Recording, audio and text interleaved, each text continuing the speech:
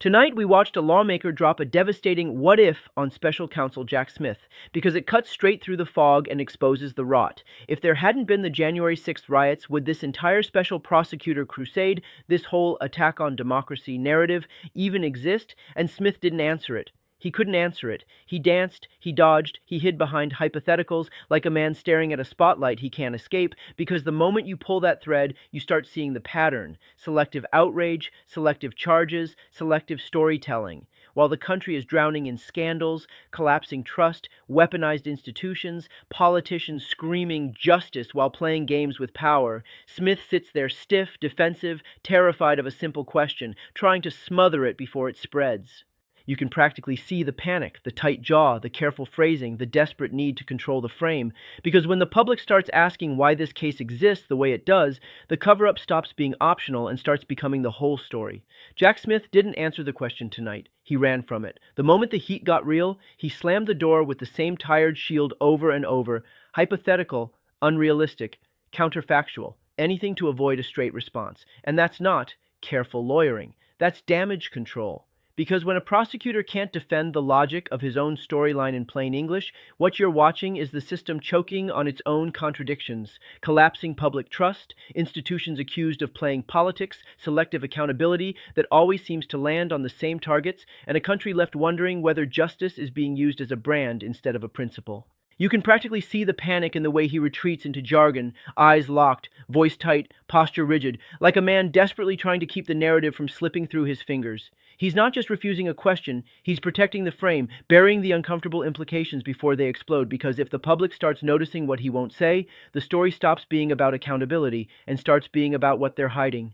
Tonight, Brad Knott did what almost nobody in Washington has the spine to do. He threw Jack Smith's own words back in his face. Not spin, not vibes, receipts. Unprecedented criminal conspiracy. Unprecedented attack on democracy.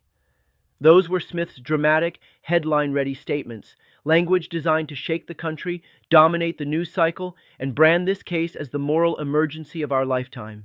But here's the problem. When you talk like that, you don't get to hide behind lawyerly fog when someone asks whether your actions actually match your rhetoric. And the moment Knott cited those lines, you could feel the air change. Smith tightening up, guarded, choosing every syllable like a man trying to walk across glass without anyone hearing it crack. Because this isn't just about one prosecutor's talking points. It's about a system drowning in credibility crises, selective enforcement, political theater masquerading as justice, and institutions demanding trust while refusing transparency. When your public script is unprecedented, but your answers turn into evasions and careful exits, it looks less like confidence and more like a panic response, a scramble to keep the narrative from collapsing under the weight of its own exaggerations. Tonight, Brad Knott put a dagger right into the heart of Jack Smith's narrative, and you could almost hear the wheels grinding. Because here's the ugly contradiction. Smith goes out on national television with blockbuster rhetoric, unprecedented attack on democracy, criminal conspiracy, the kind of language meant to terrify the public and crown himself the guardian of the republic. But when you look at what's actually being alleged here, the big rebellion and overthrow the government accusations aren't even in the picture. That's not a minor detail. That's the entire point. If you're going to sell the country a five-alarm fire, you don't get to quietly file paperwork that reads like a different story. And the moment Knott spelled out that mismatch, Smith's whole posture screamed panic management. Tight voice, careful pauses, eyes fixed like he's calculating every word to avoid stepping on the wrong landmine. Because this isn't just one case. It's a credibility crisis stacked on top of another credibility crisis. Institutions demanding trust while dodging hard questions, prosecutors using maximum drama for public consumption, and a system that looks less like justice and more like a narrative operation. When the rhetoric is nuclear, but the accusations don't match the apocalypse talk, people start asking the only question that matters. What exactly are they trying to cover up, and why are they so afraid to say it plainly? Tonight, Brad Knott walked straight into the danger zone and said what millions of Americans have been thinking.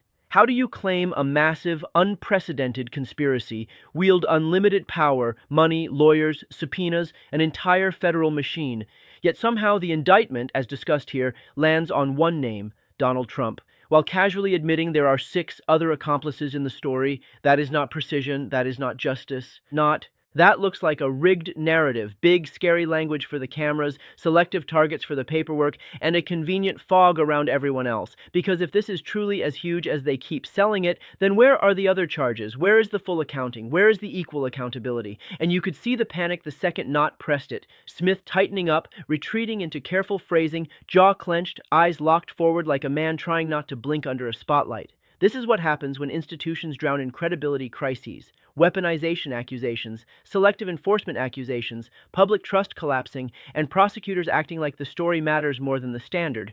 When you've got the power to indict the world but only pull the trigger on the one politically radioactive target, while the co-conspirators stay unnamed and untouched, you don't look brave. You look afraid. Tonight, Jack Smith tried to sell the public a comforting little excuse that should make your alarm bells scream. We could charge other people, but we're focusing on Trump because we think he's the most culpable. Think about how convenient that is. He's basically admitting the story involves more players, more coordination, more potential wrongdoing, yet he's asking you to accept a prosecution strategy that feels less like transparent justice and more like carefully curated optics. In a moment when trust is collapsing, courts under attack, agencies accused of bias, politics poisoning everything, Smith wants you to believe this isn't selective, isn't strategic, isn't managed, but the way he delivers it says otherwise. Stiff posture, clipped answers, lawyerly phrasing, like a man gripping the edge of the table because he knows one wrong sentence blows the whole frame wide open. We could, we believe, we think. That's not clarity, that's cover. Because if you truly have the evidence, you don't hide behind vague maybes while insisting the public just trust your judgment. And when the defense to why only one target becomes because we chose him, what people hear is simple. They're controlling the narrative, not confronting the full truth. Tonight, you watched Washington's favorite magic trick in real time, say no politics enough times, and hope the public stops asking questions. Brad Knott kept pressing, and Jack Smith kept repeating the same rehearsed line. Politics played no role in the decisions, no role in the public statements, no role in the timing, over and over, like an incantation. But in a country drowning in credibility collapses, weaponization claims, selective enforcement fears, partisan media spin, and institutions begging for trust they haven't earned, those words don't reassure people anymore. They raise suspicion, because when someone is truly confident, they don't cling to a slogan, they explain, they show receipts, they answer directly. Instead, Smith sits there guarded and rigid, measuring every syllable like a man trying to keep a lid on a boiling pot, eyes forward, jaw tight, tone controlled, because one honest admission, one slip, and the whole purely non-political performance cracks in front of everyone. If this is as clean as he claims, why does it look like panic management? Why does it sound like damage control? And that's the bottom line. If your defense is just repeating no politics like a slogan, you're not answering the public. You're trying to train the public. Real justice doesn't need a PR shield. It needs transparency, consistency, and accountability that doesn't change depending on who's in the headline. So don't let the talking points distract you from the pattern. Dodge the hard questions, control the narrative, and demand trust without proving it. If you want the full breakdown, the key moments, and what they didn't want you to notice, make sure you like this video, subscribe, and turn on notifications.